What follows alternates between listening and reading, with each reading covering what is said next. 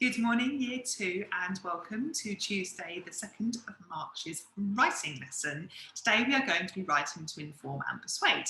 Today is going to be about putting together our poster and beginning some of our illustrations.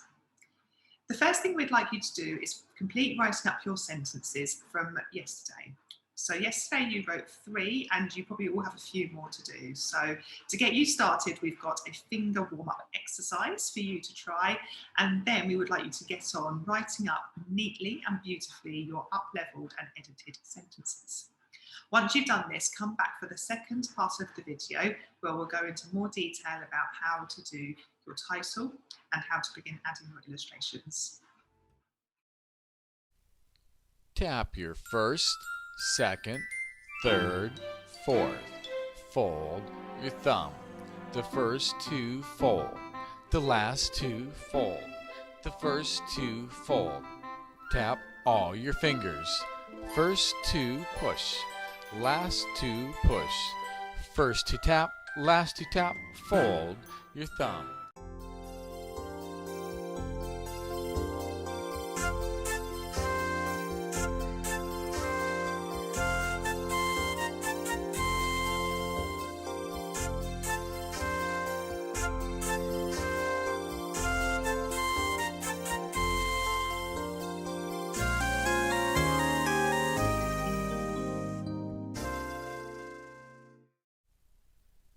All your fingers fold. Tap, tap, first and second fold. Tap, tap, third and fourth fold. Tap, tap, fold your first. Add your second.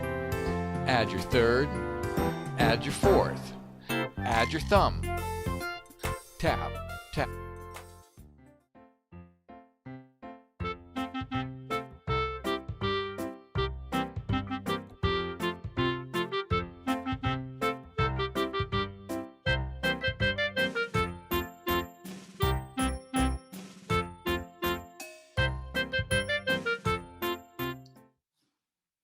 Okay, Year 2, so now your fingers are all warmed up, it's time to carry on with writing your sentences up. Once you've done this, you need to pause this video and then start it again to be able to watch the video for how to do your title. Okay, so Year 2, today we're going to be putting our title onto our page. So for this job, you're going to need a ruler and a sharp pencil, and you're going to be using some of your measuring skills from last week. Sometimes it's easier to turn the paper rather than turning the ruler, so you'll see me turning the paper a lot, but this is the final orientation of my poster, so this is what we'll end up with at the end. So first things first, we need to decide on our title. So I'm going to be using How to Be a Polar Explorer. So I'm probably going to need 2 lines for that, and I want my letters to be the same size. So I'm going to turn my paper and I'm going to measure my space for my letters. So I think probably about 8 centimetres per line. So I'm going to put a little dash there, and then double 8 is 16, so another dash there. And then I'm going to turn my paper round and do exactly the same on this side.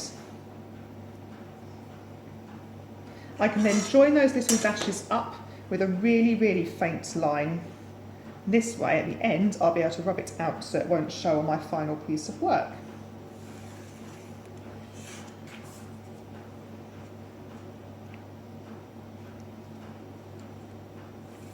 So you should end up with a bit like this, 2 lines. And then I've decided that I'm going to use capital letters for the beginning of each word, but small letters, lowercase letters for the rest of the word. So I'm now going to also need a middle line in order to do my little letters. So half of 8 is 4. So I'm doing exactly the same, and I'm just putting in a middle line for my lowercase letters. And again, I'm going to join them up.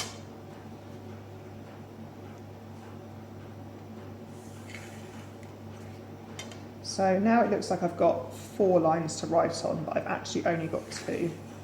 So I now need to think about my words. How to be a polar explorer. So how to be a will probably go on 1 line, if I estimate. And then polar might go on the second line, and I might do explorer at the bottom, but I'll have a look at the space when I get to that point.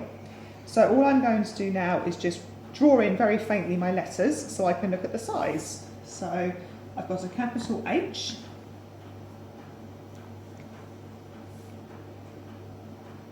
And you can always use the lines already there to help you.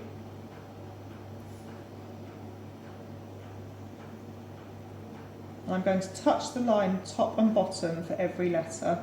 I can make it look a bit neater later.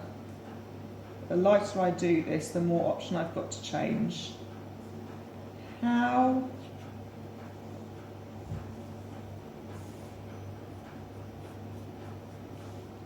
to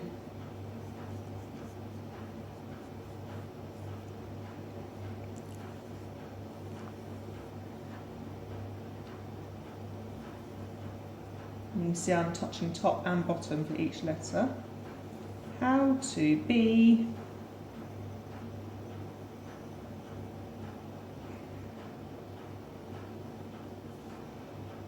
a, and then I'm going to have polar on the next line.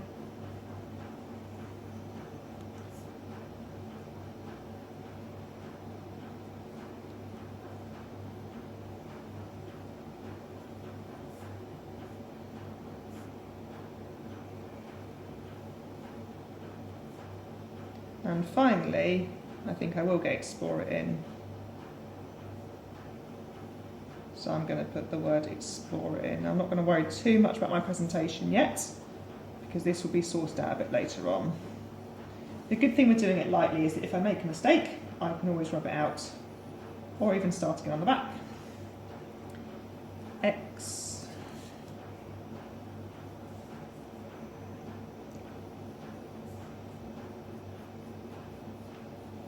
I'm just going to leave that line there, work over it.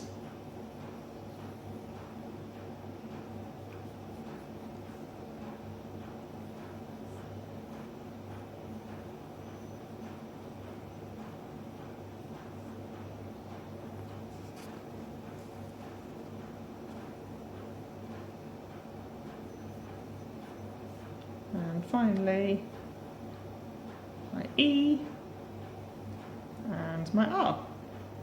So now I've got a rough outline and I know that every word fits, I can now start developing my letters using thicker pencil or my pen.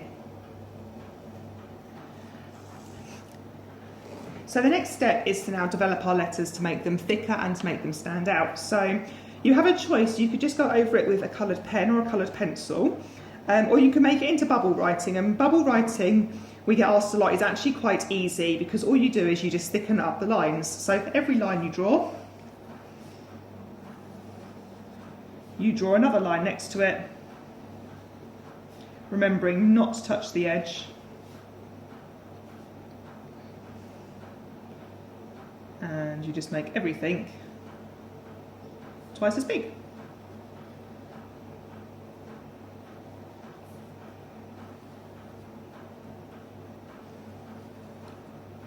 And then I can do this for all my letters. So again, I go over my pencil, making sure it's neat, and then draw another one in the side.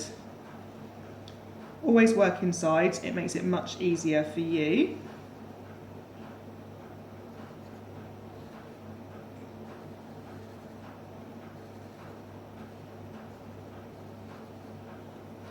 And you carry on until you've done your whole word. And then we'll come back and do the colour together. Well done, Year 2. Absolutely brilliant work on your title. So now it's really important that you take the time to colour it beautifully. Okay, Year 2, so as you can see, I have now gone over all of my letters and made it into bubble writing. Now, you have a choice at this point. You can either use pens or you can use pencils to do this next job. If you're using pencils, the first job you need to do is to rub out the pencil lines that are already on your bit of paper, so your guidelines and the bit you traced over. So very gently, just rub off every single pencil line. And if you work up and down in the same direction, you'll catch it all without realising. So just keep going until you've covered everything. Make sure you do the ends of the lines as well, so they don't show up. And the same thing for the top. Just get rid of those pencil lines because nobody wants to see them. It's like a bit of a cheat line for you that you then get rid of.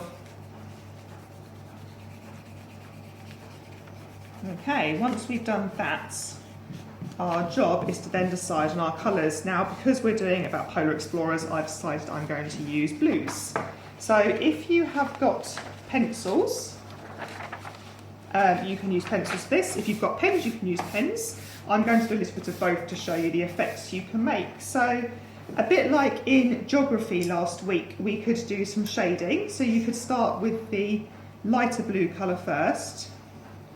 The heavier you press, the bolder it will be, and in this instance that's what we're aiming for, bold, so that our audience can see it from a distance.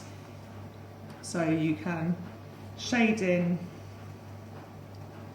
your blue, try and follow the lines of the letters, and that way you don't get any white spaces. And the black outline really helps here because it means that if you're really careful you won't go over the line. So it'll keep your work nice and smart. And then you can add your different shades of blue or whatever colour you're using to give it some texture.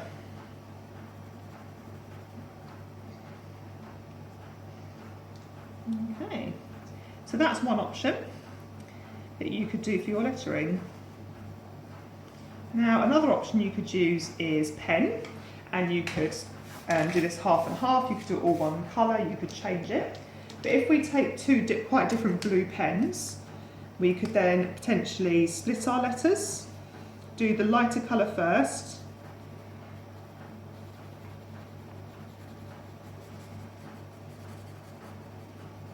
and then add your darker colour the other side.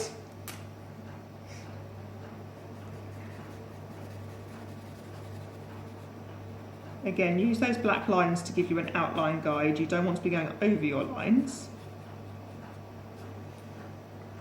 So you could have something like that. You could do it all in one colour. So you could pick one colour of blue and have each letter as one colour.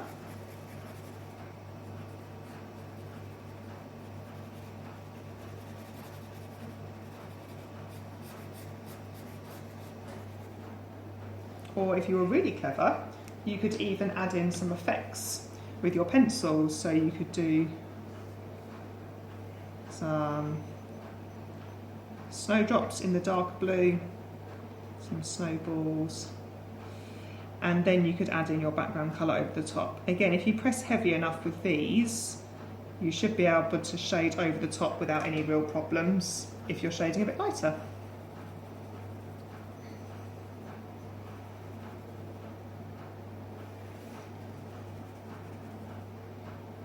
Okay. Really, it's your choice what you decide to do and how you decide to do it. However, make some choices of colour, make some choices of style, and then carry on and complete your whole title using your chosen method. Make sure you take your time to do this carefully, and once you're done, you need to paperclip or blue tack your pieces of paper into the right position on the paper. It doesn't really matter how you do this because tomorrow we'll be moving and adjusting things, but it's now time to think about the size and the place where you would like to put your illustrations. So once you've laid it out, you then need to look at your spare spaces. I would suggest cutting bits of paper to fit the size of the hole, and then you can do your illustrations on these bits of paper. This way, if you make a mistake, you won't ruin all of your work. You'll just be able to change that one picture. Well done today, Year 2, an absolutely great job as always, and I can't wait to see your work tomorrow, where it will be put together and illustrated and beautifully coloured. This will really stand out and attract your reader into looking at your poster and hopefully finding out what it takes to be a polar explorer and encourage them to sign up to join the expedition. Well done again, Year 2. Please email your work over so you can look at what you're doing. We are very proud of you, and have a lovely afternoon. See you tomorrow.